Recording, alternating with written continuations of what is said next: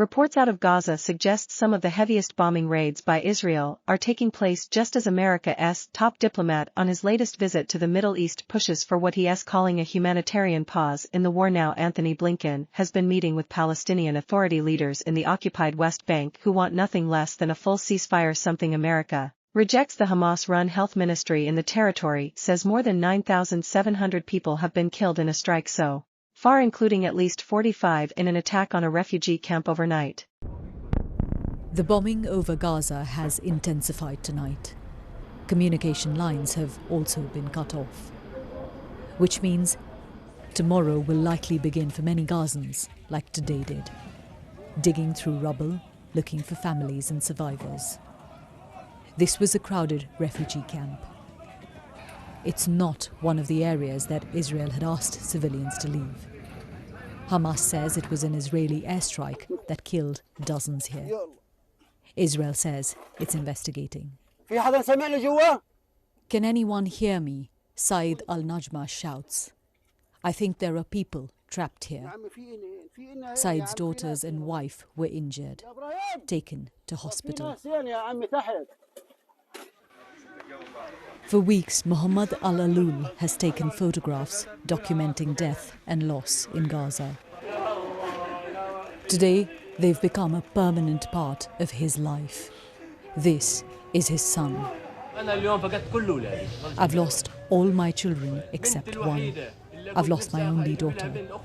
I don't know what else to say, Mohammed said.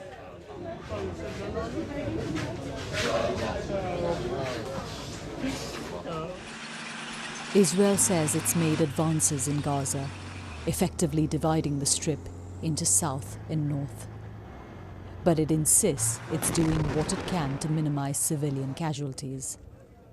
The military claims to have dropped 6 million leaflets and made tens of thousands of phone calls warning people to move to safer areas.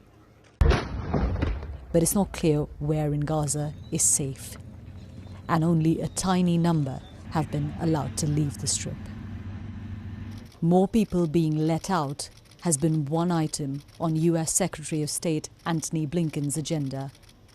Today he stopped in the occupied West Bank, meeting Palestinian leader Mahmoud Abbas, who called for an immediate ceasefire. Blinken has been pushing for shorter pauses in fighting. Everyone would welcome the humanitarian pause because, again, it could advance things that we're all trying to accomplish, including getting hostages back, including getting a lot more assistance into Gaza, including getting people out of Gaza. One of the more than 200 hostages being held in Gaza is 84-year-old Elma Abraham. Her family found this photo online where she's seen being taken by Hamas. Her son, Yuri Revitz, showed us the medicines his mother needs to take every day to stay in good health. He's hoping someone can take these to her. Right now, we are 4 weeks after that, 4 weeks and 1 day, and they're still not here. And they should be here yesterday. Not today, yesterday. I'm like in some horror movie that I'm stuck. But yeah, I still have hope. Yogda Lemay, BBC News, Tel Aviv. The continuing tragedy on both sides of this war. Well, you heard Yoga. There talk about this claim by Hamas that an Israeli airstrike hit a refugee camp in Gaza overnight on Saturday. Well, Al Maghazi camp is located in the center of the strip south of Wadi Gaza, in a part of the territory where civilians had been told to move to avoid the fighting much further north. While Rushi Abu Aluf has traveled to the area and he sent us this update. Well, they are still looking under the rubble of about 3-4 buildings were destroyed overnight. This is Maghazi refugee camp. It's in the safe area where Israel advised 1.2 million people in Gaza City and the north to flee south.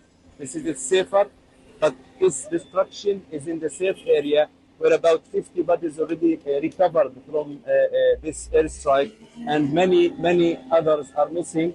This is the biggest strike in this very crowded refugee camp in the middle of Gaza Strip.